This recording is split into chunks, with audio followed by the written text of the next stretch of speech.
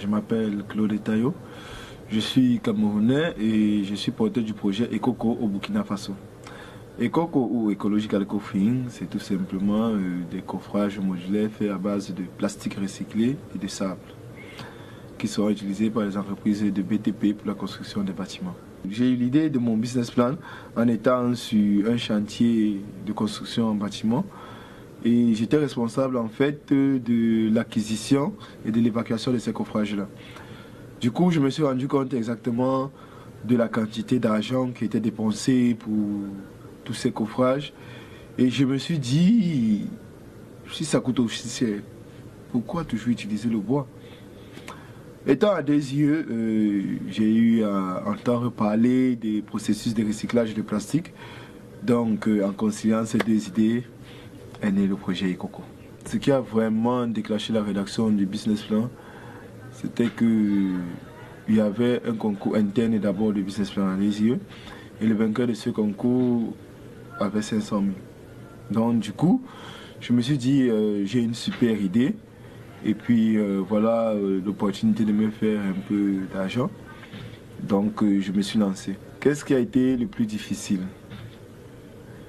L'étude de marché et les projections financières. L'étude de marché parce que au Burkina Faso et dans beaucoup de pays en Afrique, les statistiques sérieuses ne sont pas disponibles sur le net. Donc il faut faire quasiment du porte-à-porte pour avoir une information fiable. Les projections financières, parce que de par ma formation, je suis ingénieur de génie civil, donc tout ce qui est comptabilité, là, honnêtement, on a beaucoup de difficultés avec ça, on aime du concret, donc il est beaucoup difficile pour quelqu'un qui n'a pas fait comptabilité de faire des projections financières, des hypothèses hautes, basses, etc. etc. C'est surtout ces deux points-là. La rédaction de mon business plan s'est faite en fait sur deux phases totalement différentes. J'ai commencé à rédiger un business plan, j'étais encore étudiant et c'était vraiment difficile, ça m'a pris pratiquement 6 mois, de janvier à juin, pour un résultat vraiment pitoyable. J'avais rien écrit de convaincant et puis il y avait beaucoup de points que je ne maîtrisais pas parce qu'en fait j'avais mes études en parallèle donc c'était pas facile à lire. Mais une fois que j'ai fini avec mes études, la rédaction d'un business plan sérieux qui m'a permis d'arriver en finale de la GSVC, ça m'a pris exactement dans les 6 mois pour avoir un business plan sérieux et je bossais dessus vraiment à plein temps, quoi, 8h, 18h.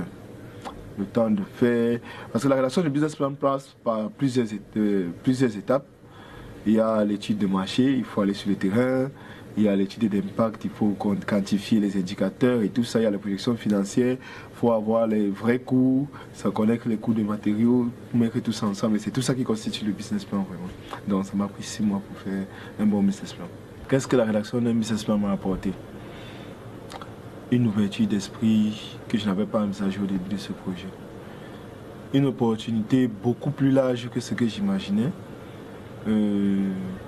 Rédiger ce business plan permet de se poser des questions, de se remettre en question, de remettre le projet en question et donc de l'améliorer à chaque fois. Quel conseil donner à quelqu'un qui veut rédiger un business plan?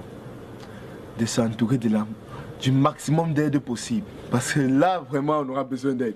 Ça, c'est clair, il faut qu'il ait le maximum d'aide possible. Sur tous les plans, il faut qu'il fasse relire son document aussi souvent que possible, qu'il n'ait pas peur des critiques, des corrections, non. Moi, la version finale de mon business plan que j'ai déposé à la GSVC a été recorrigée 127 fois.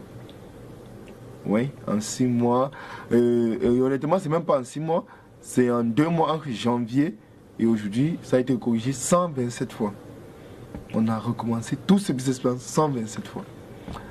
Donc vraiment, le conseil que je peux donner, le plus important, s'entourer du maximum de personnes et avoir l'esprit ouvert et accepter les critiques.